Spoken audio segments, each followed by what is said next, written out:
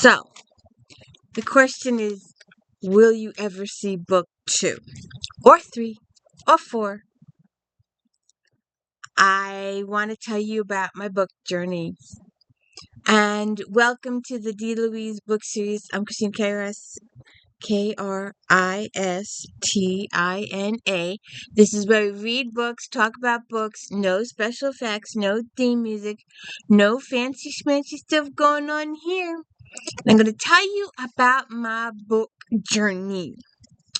And only to deceive Tasha Alexandra. And we're also going to read a little bit of the note at the end. I love author notes at the end. I love author notes. But anyways, when I got this book and I saw it was a series, I ordered book 1. And I almost ordered 2 and 3, but I said to myself, read book 1 before ordering book 2 and 3. And I was reading it and I was like, this book flows really well. I think Sophie Kinsel's Shopaholic, you'll have to go check that out. It's a little comedy. It's completely different from this one, but it was a flow book. It flows really well. You don't have that jerky stoppy. If you ever read a book and it's like a jerky stoppy, it's like the author got stuck and then continued again. It got that jerky stoppy. But no, this has got a smooth ride to it. Smooth. And I was doing good on chapter 1, 2, 3. Going a little further, I was ordering books 2 and 3. I was really getting into the storyline. And by chapter 10, I canceled my orders for book 2 and 3. It got old. All right, so let's just back up a little bit here. So there's this chick, and her mother is horrific, absolutely horrific in the treatment of her daughter. She wants her daughter to marry a title, and where did we see this? Just recently too. Shoot.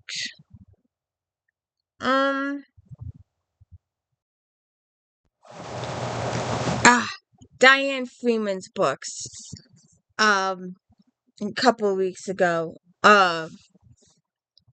Where the mother made her marry a title, and they had one child together, and then the title was having affairs with other people and treated her horrifically. And then after Philip died, she married George against her mother's wishes. But this mother is even worse than the other one. At least eventually, she gets a livable relationship with her mother in Diane Freeman's book. This one, I don't ever see a working relationship with the mother ever. So the mother is she marries this guy Philip just to get away from her mother, and they go on a honeymoon. They return from their honeymoon, and he leaves her for a trip to Africa. He's a big game hunter, and I don't like that stuff. But so he leaves her alone. So she was only with him maybe a month, 2 months tops. So she never actually got to know him. They were kind of strangers. They had a very, very short courtship because she was so desperate to get out of her mother. So he goes to Africa and he dies of malaria or something.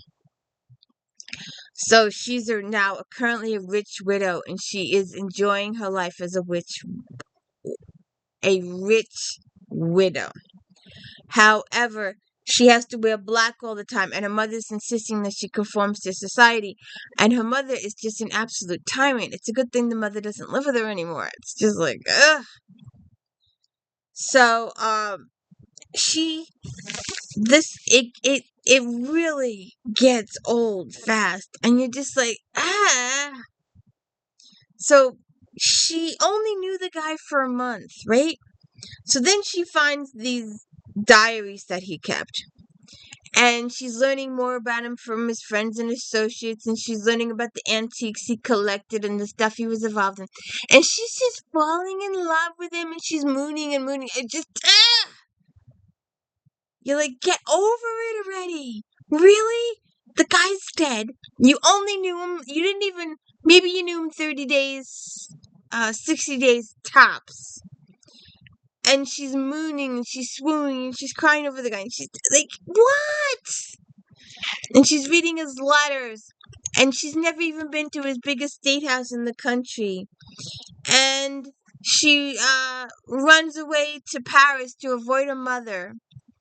And before she does that, maybe before, during, and after, she does it a couple times. She goes to the museum where her husband donated quite a few of his antiques. Yeah, whatever they were.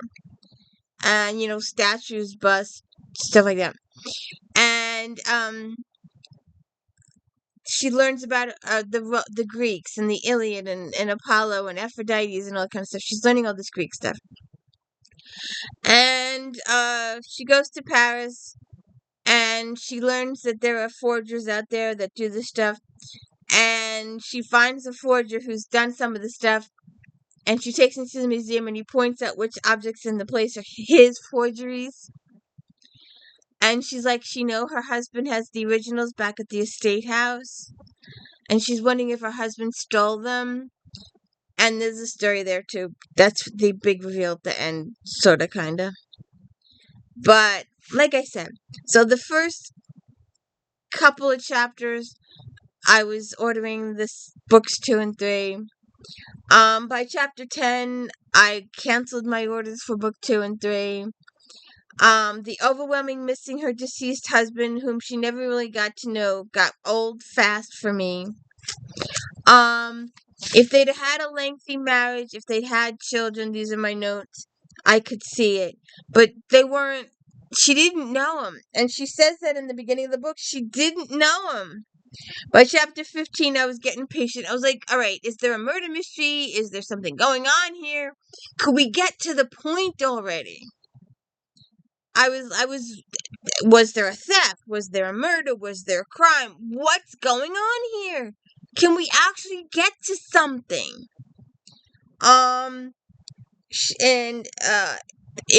It was like, it wasn't going anywhere. It was stalled. She was wallowing in self-pity. She was crying over this man that she only knew, like, not even 60 days. And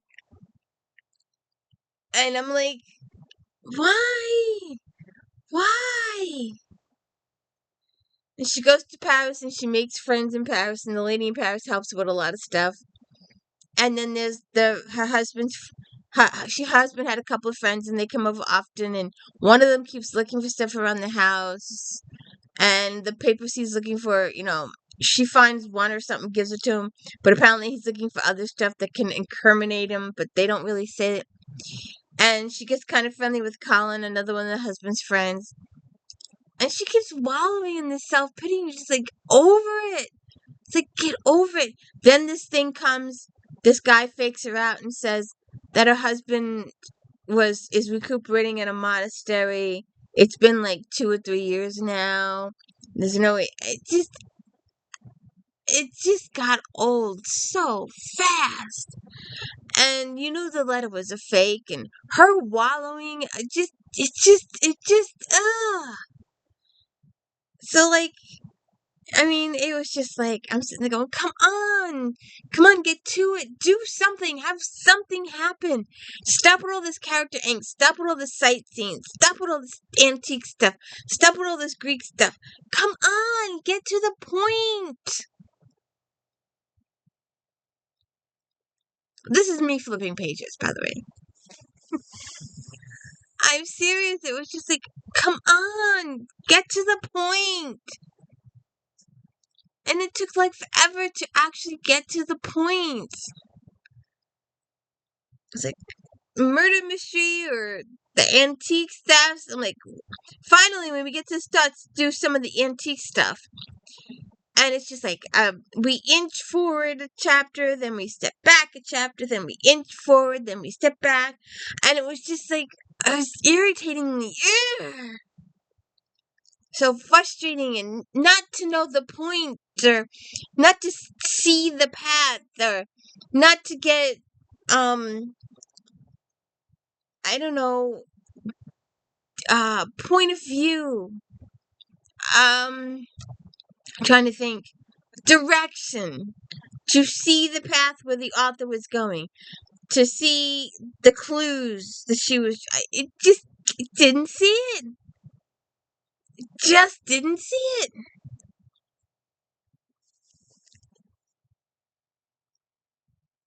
So I really don't know. I was like, what? Really? Tell me something. Give me something. It was the statues and the history, and it's just like, come on already. So, be your own judge. It takes forever. They finally, and it's not even wrapped up. It feels like an excruciating wrap up, but it's not. It happens in a short period of time, but I don't know. It was too. I get too long of an explanation. I don't know. It just like, ugh. It just, you know me. It's just fill in the sentence however you want. It's just good. It's just bad. It's just. But anyway, I wanted to just share this thing. The author writes at the end of the book, one day while I was engrossed in Dorothy L. Sayers' wonderful gaudy night, a sentence leaped off the page at me. If you are once sure what you want to do, you find that everything else goes down before it like grass under a roller. All other interests, your own and other people's. I've been saying for a long time as I could remember that I wanted to be a writer. Now I realize that if that was truly what I wanted, I had to sit down and write a book. No more excuses. At the time, my son was 3.5 and had reached the age where he stopped napping. I had to take advantage of every free moment I had in bursts of 15 minutes an hour, whatever time I could steal. I spent the next 2 months writing the first draft of Only to Deceive. I knew I wanted to write about an Englishwoman in the late Victorian period, and I had a strong image of her standing on top of a cliff on the path, Greek island of Centauri, one of my favorite places. There's more there. You can read it yourself. But you can't tell that she wrote it in 15-minute spurts. It does flow. It flows really well. It flows a lot better than a lot of other. It doesn't have that jerky, stoppy feeling. It flows really well. It just, I needed more of a direction or a point, or just these long tangents on the Greeks and the statues and the marbles and the antiques.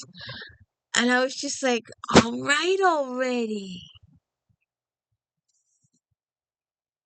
So, you be the judge. Like I said, I canceled orders books 2 and 3. If I stumble across them, I might. But I was like, nah. There was just, they may get better. I did come across, I was researching something yesterday, and I did come across reviews for the next several books in Romantic Times Book Review. Some of them got 3 stars, some of them got 4 stars. So, I mean, I may look at them. But this first book was just, that's all I can say. It was just, I don't know. So, hey, do me a favor and check out Star Trek Next Generation recaps on Fridays and Star Trek Voyager recaps on Fridays. JD Robb every single Saturday. we're unboxing on Sundays, and Monday's Flashback Monday. I could use some suggestions. Please leave them on the Flashback Monday page. And also, my daily book reviews. And don't forget, for the next so many months, every night at 7:45 on the D. Louise Book Series channel, we're talking Diana Gabaldon's Echo in the Bone, or Written in My Own Heart's Blood, or further along the line, The Bees. And I was thinking one day maybe going back and starting with Outlander. When I originally started this plan, I started after season 7. I had finished binging 7, so I started in the books where 7 sort of kind of left off. So anyways, have a good one.